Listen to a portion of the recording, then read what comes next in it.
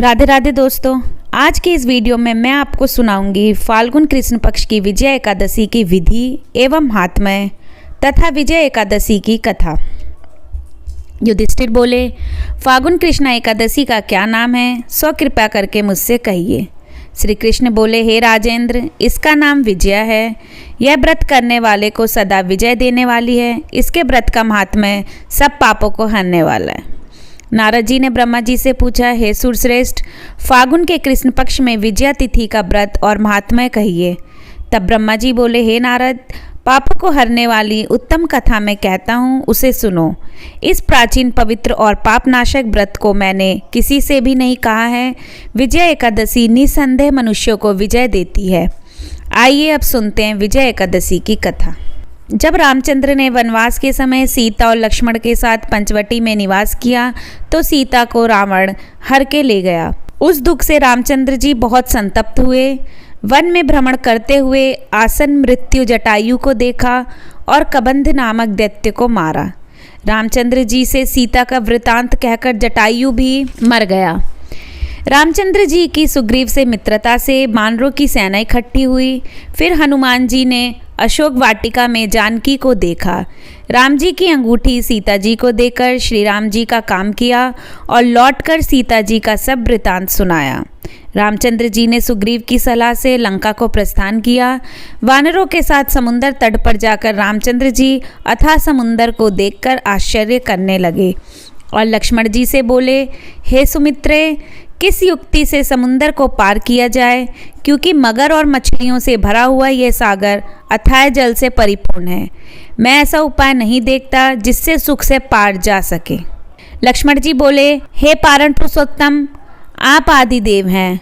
इस द्वीप में बगदालभ्य मुनि रहते हैं। यहाँ से उनका आश्रम 2 कोस है। हे राजेंद्र, उन्हीं प्राचीन श्रेष्ठ ऋषि से पूछिए। लक्ष्मण जी के इस सुंदर वचन को सुनकर रामचंद्र जी वगदालभ्य मुनि के दर्शन के लिए गए। दूसरे विष्णु के समान बैठे हुए मुनि को रामचंद्र जी ने सिर से प्रणाम किया। तब रामचंद्र जी को प्राण पुरुषोत्तम जानकर मुनि यह समझ गए कि किसी कारण से इनने मनुष्य देह धारण किया है और ऋषि बोले, हे राम, तुम यहाँ कहाँ से आए हो? रामचंद्र जी बोले, हे मुने, मैं लंका जीतने को अपनी सेना लेकर समुद्र तट पर आया हूँ। आपकी कृपा से समुद्र को पार कर सकूंगा। आप कृपया करके उपाय बतलाइए। मुनि बोले, हे राम, मैं सब व्रतों में उत्तम व्रत कहूँगा जिसके करने से तुम्हारी शीघ्र विजय हो जाएगी और राक्षसों सहित लंका को जीतकर विशेष कीर्ति होगी। तुम एकाग्र मन से इस व्रत को करो। फाल्गुन के कृष्ण पक्ष में विजया नाम की एकादशी होती है। उसका व्रत करने से तुम्हारी जीत होगी और वानरों समेत समुद्र को पार कर जाओगे। हे राम, इस व्रत की फलदायक विधि को सुनिए। 10वें के दिन सोना, चांदी, तांबा अथवा मिट्टी का कलश बनवाएं। इस ठंडिल के ऊपर सप्त धान्य रखकर उसके ऊपर जल से भरा हुआ कलश रखें। उसमें पंच पल्लव रखकर कलश के ऊपर एक कटोरा रखें और उसके ऊपर स्वर्ण की बनी हुई नारायण की प्रतिमा स्थापित करें। एकादशी के दिन प्रातःकाल स्नान करें।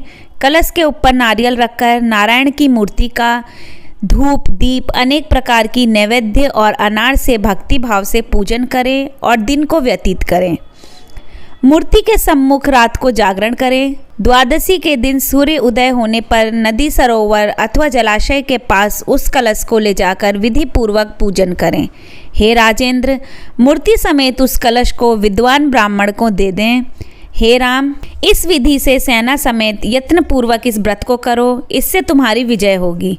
इस वचन को सुनकर रामचंद्र जी ने विधि पूर्वक इस व्रत को किया। इसके करने से रामचंद्र जी की विजय हो गई। हे राजन, इस विधि से जो मनुष्य इस व्रत को करेंगे उनकी इस लोक में और परलोक में सदा विजय होगी।